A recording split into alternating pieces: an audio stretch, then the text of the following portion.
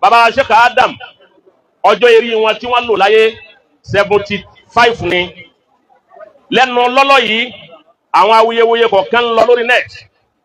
àwọn kan wí pé baba Alhaji àgbà wọ́n bí Sheikh Adam lọ́mọ àwọn kan ní baba Alhaji àgbà bí Sheikh Adam bá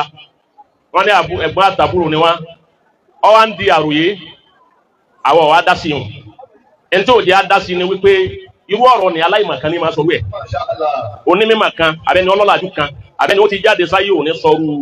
ọ̀rọ̀ rẹ̀ jáde tẹ́ bá wo hayatu àwọn méjèèjì baba Sheikh Adam tó wájú baba Alhaji àgbà wọ́n ní Alhaji òní pé mi ọmọ àwọn ní tó ń pìtàn àwọn tó ní ọmọ ni wọ́n àwọn ní sẹ́gun tí Sheikh Adam wí àwọn tó ní ẹ̀gbọ́n àtàbúrò ni àwọn tó mú ti baba Alhaji àgbà tó ní Alhaji Adam àbúrò mi ni Sheikh Adam wí pé bàbá mi ni baba Sheikh Kamal wí pé àbúrò mi ni tẹ́ ma pé méjèèjì náà la máa rí hujja fún wa ayyul amrayni nahus wa ayyamal amrayni akhasta fala udwana èyí tó bá wù ọnu méjèèjì tó bá mú bọ́ ọlọ́mọ ní ọlọ bọ́ lábúrò ní ọlọ àwọn tí ń lọ lè gbé ìtàn jáde pé baba Alhaji àgbà wọ́n bí wọn ní 1894 àbí 1893 gbogbo àwọn tí ń lè gbé yẹn wọn jáde màjèsí ni wọn ò mọ iṣẹ́ Alhaji àgbà ni iṣẹ́ wọn ju sí 100 ọdún lọ èdè tí wọ́n ń bù fún àwọn kéré fún ṣẹ́ wọn ó ní ìdí gbogbo èèyàn wọ́n bá máa ṣe baba Alhaji àgbà sọ ẹni tó rí bí wọn rí ṣáájú fún tó dé wọ́n sọ nínú àwọn tí wọ́n ti lọ tó nírú hasu tí wọ́n níhun so àbátọ́ kọ́ wọn kéwú ṣé wòtájú lè àdábì ẹ kó ọjọ́ eré ṣé wòtájú lè àdábì ẹ kó lẹ́tà Alhaji àgbà ẹ tó kọ́ ọjọ́ eré àwọn àdìdádùn wọn ẹ kó wọn lé ẹ máa rí bí 500 ó tún wá kù lẹ́yìn tí sẹ́yìn wọn máa lọ ní 1000 years ẹnu èjì tí wọ́n lò nìkan lọ ń dààmú sí èyí tí sẹ́yìn wọ́n fi máa lọ tó kù ń kọ́ èyí tí tó gbóyè ń pọ̀ máa kọ́ máa rí bí 2000 àbí 3000 gẹ́gẹ́ bẹ́ẹ̀ ni ó rí lọ́dọ̀ Maulana Sheikh Adam náà ọjọ́ eré ká fẹ́ lò lára àwọn bàbá wọn ẹni tí wọ́n ti ṣe wọ́n ti kọjá ọjọ́ eré tí wọ́n lò láyé ọlá apá wa ò máa àṣà Ọlọ́run láti ń dárú àṣà rẹ̀ ẹ wọ́jú eré tàǹdà Muhammadu láyé Ànábì tí wá kú nísìn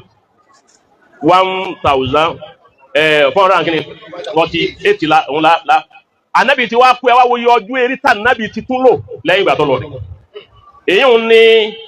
a fi máa sọ fún àwọn èèyàn wa nílọrin yìí wípé bàbá wa Sheikh Adam àti bàbá Alhaji àgbà ọ̀rọ̀ wọn wà íńtánà sa'atun fi shay'in farudduhu ila Allah bẹ́ẹ̀ bá ti bàbá fà lọ tá bá fà bọ̀ aláwòyá ni ọ̀dà bẹ́ẹ̀ ká tún wà nǹkan mìíràn ká má tó rán yín wọn Ọlọ́run ti ṣàánú àwọn bàbá wọn ó ti yé báwọn Ọlọ́run ti ṣàánú wọn ẹlòmíín wípé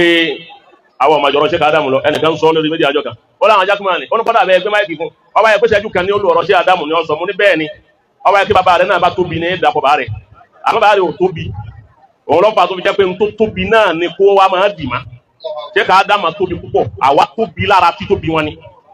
kọ́lọ́nkọ́ wọlá bí Sheikh Adam ti tó kọ́lá bí bàbá Alhaji àgbà náà ti tó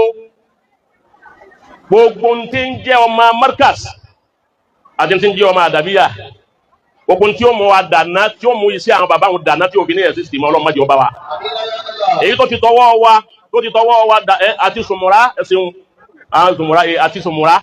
èyí tó ti tọwọ́ wa rí bákan rí ẹgẹ́ bí mi ti máa sọ wípé òun kálukú náà ti ń fi làákàyè rẹ̀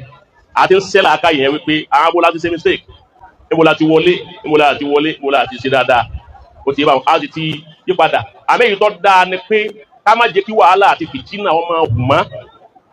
albadiu aslam gbogbo ẹni ọba máa ti ń dá fìtínà nílẹ̀ ẹ̀mí àwọn bàbá àwọn náà ò ní jóun náà ráyè rẹ̀ lò kò sí ní jóun náà lẹ́yìn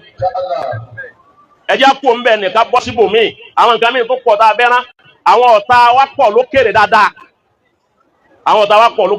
kì í jẹ́ pé àti àìdá àǹgbàgbọ́n bọ̀ díẹ̀ díẹ̀ nìkan tán yẹn o ọmọ èké wọn èkú lára yẹn àmọ́ kì í ṣe kí àwọn bàbá wọn mọ́